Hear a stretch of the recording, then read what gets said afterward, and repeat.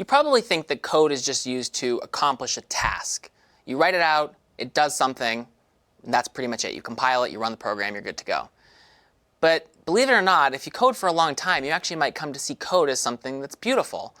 It solves a problem in a very interesting way, or there's just something really neat about the way it looks. You might be laughing at me, but it's true. And recursion is one way to sort of get this idea of beautiful, elegant-looking code. It solves problems in ways that are interesting, easy to visualize, and surprisingly short. The way recursion works is a recursive function is defined as a function that calls itself as part of its execution. That might seem a little strange, and we'll see a little bit about how this works in a moment. But again, these recursive procedures are going to be so elegant because they're going to solve this problem without having all of these other functions or these long loops. You'll see that these recursive procedures are going to look so short, and they really are going to make your code look a lot more beautiful. Let's look at an example of this to see how a recursive procedure might be defined. So if you're familiar with this from math class many years ago, there's something called the factorial function, which is usually denoted as n exclamation point, which is defined over all positive integers. And the way that n factorial is calculated is you multiply all of the numbers less than or equal to n together, all of the integers less than or equal to n together. So 5 factorial is 5 times 4 times 3 times 2 times 1. And 4 factorial is 4 times 3 times 2 times 1, and so on. You get the idea.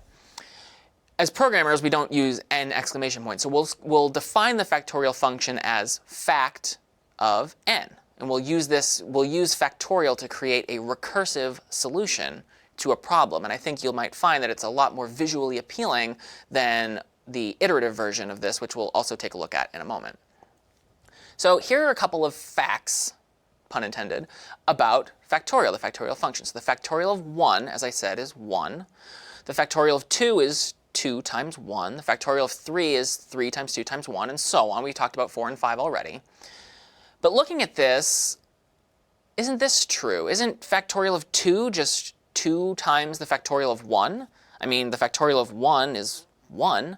So why can't we just say that since factorial of 2 is 2 times 1, it's really just 2 times the factorial of 1. And then extending that idea, isn't the factorial of 3 just 3 times the factorial of 2? And the factorial of 4 is 4 times the factorial of 3, and so on? In fact, the factorial of any number can just be expressed, if we kind of carry this out forever, we can kind of generalize the factorial problem as it's n times the factorial of n minus 1. It's n times the product of all of the numbers less than me. This idea, this generalization of the problem, allows us to recursively define the factorial function. When you define a function recursively, there's two things that need to be a part of it. You need to have something called a base case, which, when you trigger it, will stop the recursive process. Otherwise, a function that calls itself, as you might imagine, could go on forever. Function calls the function, calls the function, calls the function, calls the function. If you don't have a way to stop it, your program will be effectively stuck at an infinite loop. It will crash eventually because it'll run out of memory, but that's beside the point.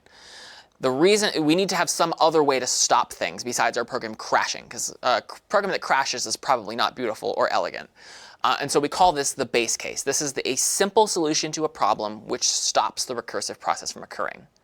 So that's one part of the recursive function. The second part is the recursive case, and this is where the recursion will actually take place. This is where the function will call itself. It won't call itself in exactly the same way it was called. It'll be a slight variation that makes the problem it's trying to solve a teeny bit smaller, but it generally passes the buck of solving the bulk of the solution to a different call down the line. Which of these looks like the base case here? Which one of these looks like the simplest solution to a problem? We have a bunch of factorials, and we could continue going on 6, 7, 8, 9, 10, and so on. But one of these looks like a good case to be the base case. It's a very simple solution. We don't have to do anything special. The factorial of 1 is just 1. We don't have to do any multiplication at all. It seems like if we're going to try and solve this problem and we need to stop the recursion somewhere, we probably want to stop it when we get to 1. We don't want to stop before that. So if we're defining our factorial function, and here's a skeleton for how we might do that, we need to plug in those two things, the base case and the recursive case. Well, what's the base case? If n is equal to 1, return 1. That's a really simple problem to solve, right? The factorial of 1 is 1. It's not 1 times anything. It's just 1. It's a very easy fact. And so that can be our base case. If we get past 1 into this function, we'll just return 1. What's the recursive case probably look like? For every other number besides 1, what's the pattern? Well, if we're taking the factorial of n, it's n times the factorial of n minus 1. If we're taking the factorial of 3, it's 3 times the factorial of 3 minus 1, or 2. And so if we're not looking at 1, otherwise, return n times the factorial of n minus 1. It's pretty straightforward, right? And for the sake of having slightly cleaner and more elegant code, know that if we have single-line loops or single-line conditional branches, we can get rid of all of the curly braces around them. So we can consolidate this to this. This has exactly the same functionality as this. I'm just taking away the curly braces because there's only one line inside of those conditional branches. So these behave identically. If n is equal to 1, return 1. Otherwise, return n times the factorial of n minus 1. So we're making the problem smaller. If n starts out as 5, we're going to return 5 times the factorial of 4. And as we'll see in a minute when we talk about the call stack, or another video when we talk about the call stack, we'll learn about why exactly this process works. But while factorial of 5 says return 5 times factorial of 4, then 4 is going to say, OK, well, return 4 times the factorial of 3. And as you can see, we're sort of approaching 1. We're getting closer and closer to that base case. And once we hit the base case, all of the previous functions have the answer they were looking for. Factorial of 2 was saying return 2 times the factorial of 1. Well, 2 times 1, factorial of 1 returns 1. So the call for factorial of 2 can return 2 times 1 and give that back to factorial of 3, which is waiting for that result. And then it can calculate its result, 3 times 2 is 6, and give it back to factorial of 4. And again, we have a video on the call stack where this is illustrated a little more than what I'm just saying right now. But this is it. This alone is the solution to calculating the factorial of a number. It's only 4 lines of code. That's pretty cool, right? And it's kind of sexy. So in general, but not always, a recursive function can replace a loop in a non-recursive function. So here, side by side, is the iterative version of the factorial function. Both of these calculate exactly the same thing. They both calculate the factorial of n. The version on the left uses recursion to do it. The version on the right uses iteration to do it. And notice we have to declare a variable, an integer product, and then we loop so long as n is greater than 0. We keep multiplying that product by n and decrementing n until we calculate the product. So these two functions, again, do exactly the same thing, but they don't do it in exactly the same way. Now, it is possible to have more than one base case or more than one recursive case, depending on what your function is trying to do. You're not necessarily just limited to a single base case or a single recursive case.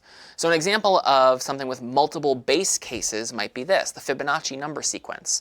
You may recall from elementary school days that the Fibonacci sequence is defined like this. The first element is 0. The second element is 1. Both of those are just by definition. Then every other element is defined as the sum of n minus 1 and n minus 2. So the third element would be 0 plus 1 is 1. And then the fourth element would be the second element, 1, plus the third element, 1, and that would be 2, and so on and so on. So in this case, we have 2 base cases. If n is equal to 1, return 0. If n is equal to 2, return 1. Otherwise, return Fibonacci of n minus 1 plus Fibonacci of n minus 2. So that's multiple base cases. What about multiple recursive cases? Well, there's something called the Collatz conjecture. And I'm not just going to say, you know what that is, because it's actually our final problem for this particular video. And it's our exercise to work on together. So here's what the Collatz conjecture is. It applies to every positive integer, and it speculates that it's always possible to get back to 1 if you follow these steps. If n is 1, stop. We've got back to 1 if n is 1. Otherwise, go through this process again on n divided by 2 and see if you can get back to 1. Otherwise, if n is odd, go through this process again on 3n plus 1, or 3 times n plus 1. So here we have a single base case. If n is equal to 1, stop. We're not doing any more recursion. But we have 2 recursive cases. If n is even, we do one recursive case, calling n divided by 2. If n is odd, we do a different recursive case on 3 times n plus 1. And so the goal for this video is to take a second, pause the video, and try and write this recursive function colats, where you pass in a value n, and it calculates how many steps it takes to get to 1 if you start from n and you follow those steps up above. If n is 1, it takes 0 steps, right? Otherwise, it's going to take 1 step plus however many steps it takes on either n divided by 2 if n is even, or 3n plus 1 if n is odd. Now, I've put up on the screen here a couple of test things for you, and a couple of test cases for you to see what these various colats numbers are, and also an illustration of the steps that need to be gone through so you can sort of see this process in action. So if n is equal to 1, colats of n is 0. You don't have to do anything to get back to 1. You're already there. If n is 2, it takes 1 step to get to 1. You start with 2. Well, 2 is not equal to 1, so it's going to be 1 step plus however many steps it takes on n divided by 2. n divided by 2, or excuse me, n divided by 2. 2 divided by 2 is 1. So it takes 1 step plus however many steps it takes for 1. 1 takes 0 steps. For 3, as you can see, there's quite a few steps involved. You go from 3, and then you go to 10, 5, 16, 8, 4, 2, 1. It takes 7 steps to get back to 1. And as you can see, there's a couple other test cases here to test out your program. So again, pause the video, and I'll go jump back now to the to what the actual process is here, what this conjecture is. See if you can figure out how to define colats of n so that it calculates how many steps it takes to get to 1. All right, so hopefully you have paused the video and you aren't just waiting for me to give you the answer here. But if you are, well, here's the answer anyway. So here's a possible definition of the colats function. Our base case, if n is equal to 1, we return 0. It doesn't take any steps to get back to 1. Otherwise, we have 2 recursive cases, one for even numbers and one for odd. The way I test for even numbers is to check if n mod 2 equals 0. This is basically, again, asking the question, if you recall what mod is if I divide n by 2, is there no remainder? That would be an even number. And so if n mod 2 equals 0 is testing, is this an even number? If so, I want to return 1, because this is definitely taking me 1 step, plus colats of whatever number is half of me. Otherwise, I want to return 1 plus colats of 3 times n plus 1. That was the other recursive step that we could take to calculate the colats, the number of steps it takes to get back to 1 given a number. So hopefully this example gave you a little bit of a taste of recursive procedures. Hopefully you think code is a little more beautiful if implemented in an elegant recursive way. But even if not, recursion is a really powerful tool nonetheless. And so it's definitely something to get your head around because you'll be able to create pretty cool programs using recursion that might otherwise be complex to write if you're using loops and iteration. I'm Doug Lloyd. This is CS50.